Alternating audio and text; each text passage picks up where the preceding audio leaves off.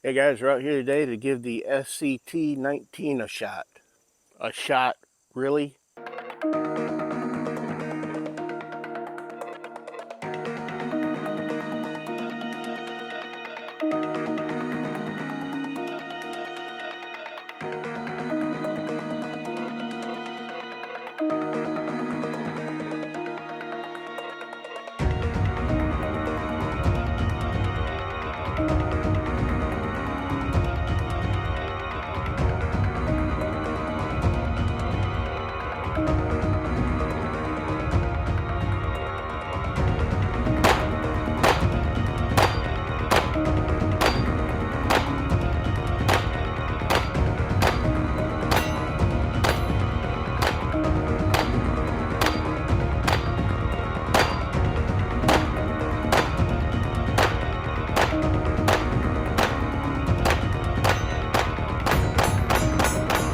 Alright, now the details of this build are the SCT19 frame, which are surprisingly cheap.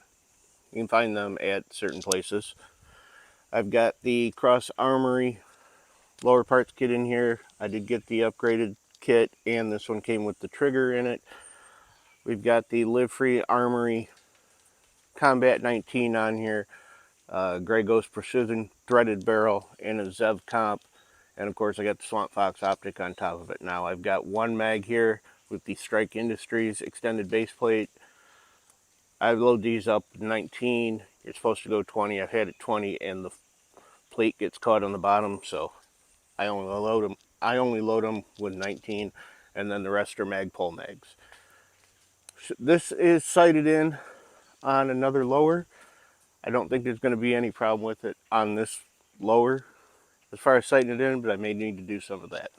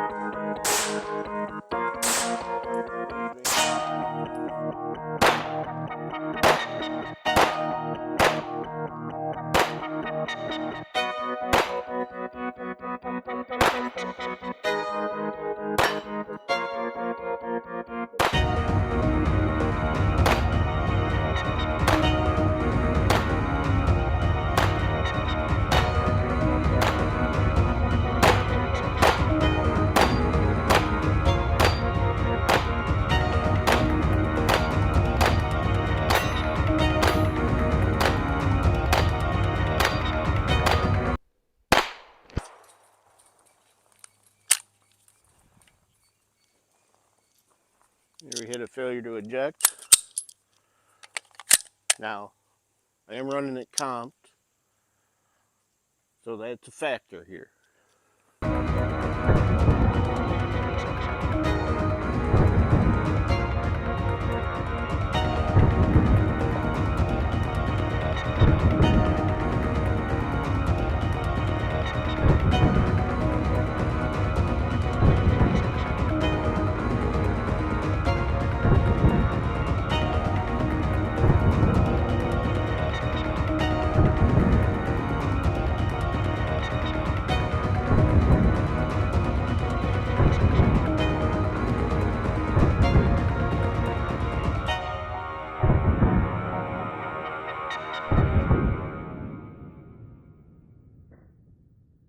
Alright guys, so there's the range portion of the SCT19.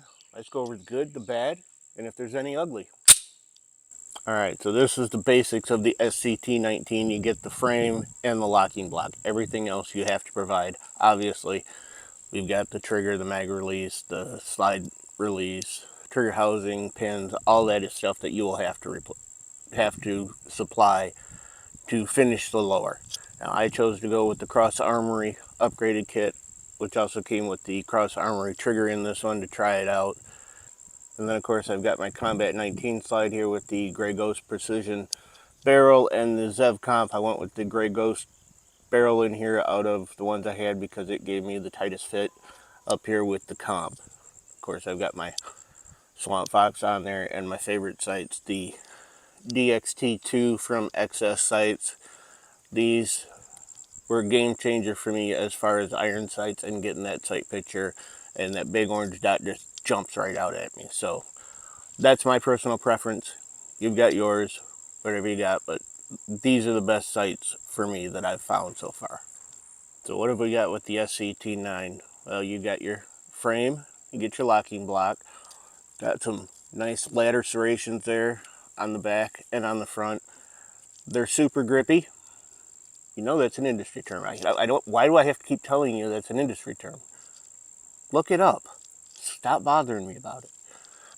Got some nice texturing here on the grip. If you want to call it stippling, I would imagine it's molded in with the rest of this. And on the grip here, you've got it up here. You've got a nice little ledge here as well for your thumb, for all you wrong-handed people. See, I can't even do that right. I can't even get it in the right spot. What is wrong with you people? And you got some around where the mag release is at, over here and on this side. You got some nice checkering here on the front of the trigger guard. You've also got some underneath. So if you're holding like this, or if you hold like there, I've seen people do it. I have occasionally done it. So don't call it wrong, because that's not how you do it. Some people do. Some people have tremendous success with it. So lay off of them. Got a nice undercut here on the trigger guard so you don't get Glock knuckle like I usually do if I'm using a Glock frame. And of course we've got our Picatinny rail there on the front, or 1913 there on the front. You got a beaver tail here on the back. It's got a little bit of checkering there, or serrations, however you want to call them, on that. That is the one bad thing that I will say about this, is they need to extend that beaver tail just a little bit. For those of us with fat hands, came down and it has bitten, not really bitten me, but it's been constant. So it has injured me there because their beaver tail isn't long enough.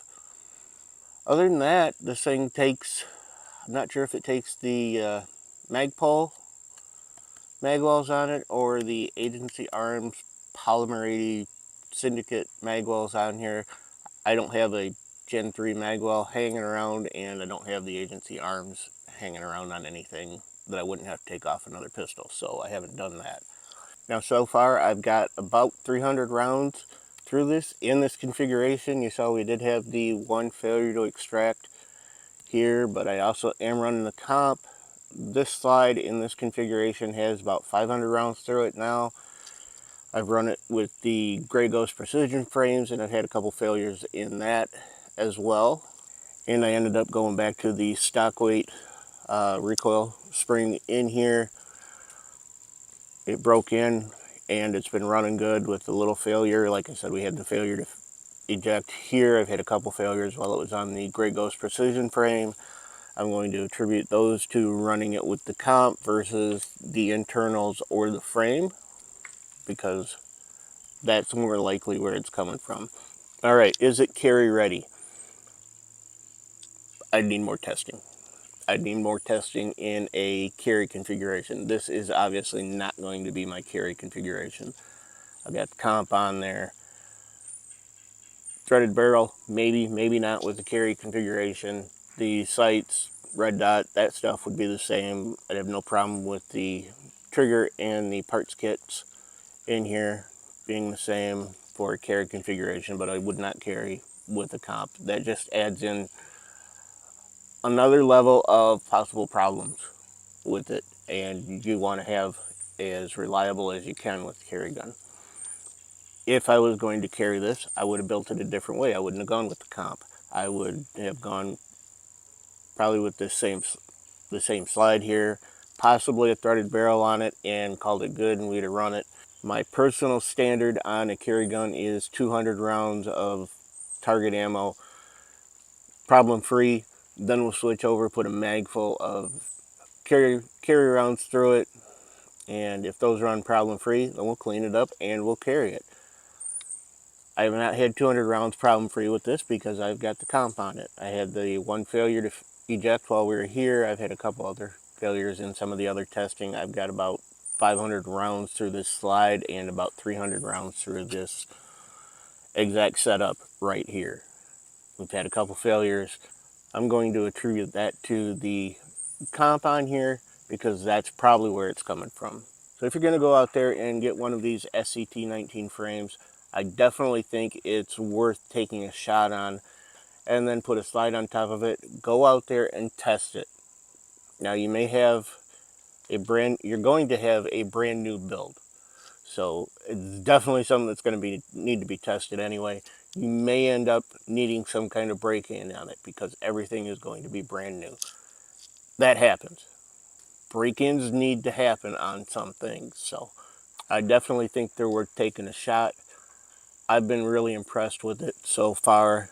I'm going to keep shooting it like this in this configuration, have a little fun with it, but go check them out. So I hope you guys like the SCT19 video. We'll catch you on the next one. Before you get to that 200 rounds, there's a fucking ant crawling up me.